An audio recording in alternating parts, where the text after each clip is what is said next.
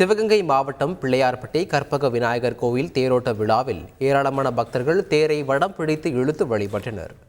கடந்த 29ஆம் தேதி கொடியேற்றத்துடன் தேரோட்ட விழா தொடங்கிய நிலையில் விநாயகர் சதுர்த்தியை ஒட்டி பெரிய தேரில் எழுந்தருளி உற்சவர் பக்தர்களுக்கு அருள் பாலித்தார்.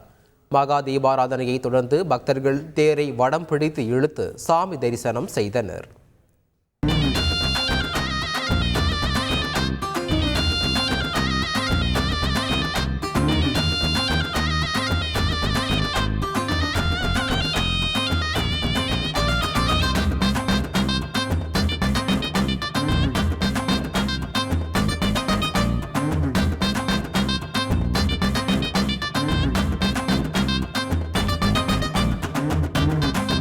செய்திகளை உடனுக்குடன் தெரிந்து கொள்ள உடனே சப்ஸ்கிரைப் பண்ணுங்க.